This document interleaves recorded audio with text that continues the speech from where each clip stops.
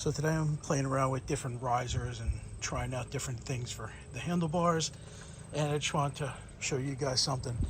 When you go to take off your headlight here, you're going to notice these grommets, and when you go to take them off, more than likely they're going to look like that.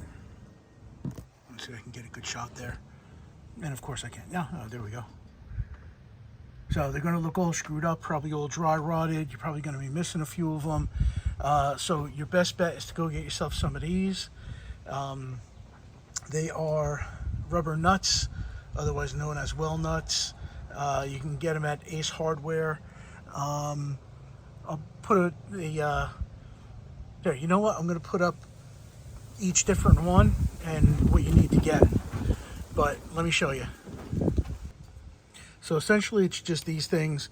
I believe they're made so the vibration, that buffers the vibration so your headlight lasts a little longer. But just pop them in there. They're going to be a little bit different than OEM. Let me grab an OEM one and show you what those look like. Okay, here's one I pulled out that was kind of intact. You notice it has that little nipple on it, that little ring that kind of holds it into the nacelle. There seems to be enough grip on the ones from Ace Hardware that, you know, it's good enough. If you notice though that they're slipping, I mean, you can get obviously the more expensive ones online, but these seem to work just fine. So a little trick to getting the old ones out is just take a Phillips and basically just push the Phillip through like that, and there you go. They pop right out.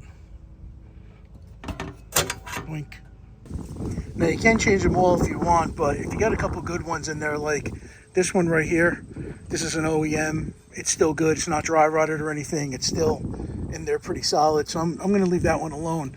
I'll just maybe wait till next time to replace it because it seems to be still good. And if it ain't broke, don't fix it.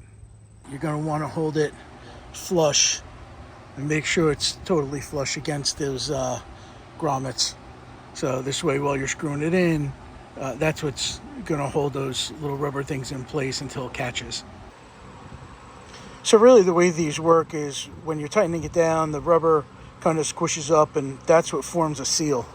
So really once you put a couple of them in place, the other ones should go fairly easy. And yeah, you just don't want to crank them down. So you want to get them snug, but you don't want to, you know, wrench on them.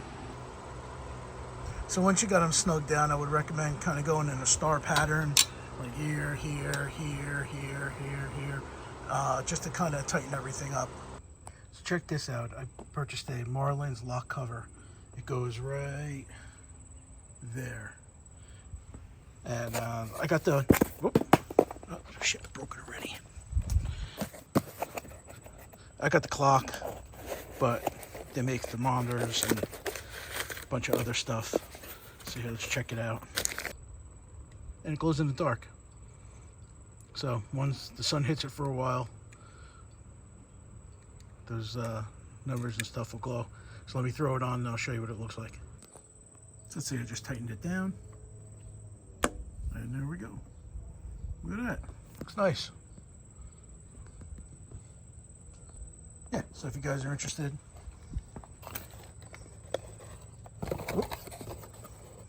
there's the information.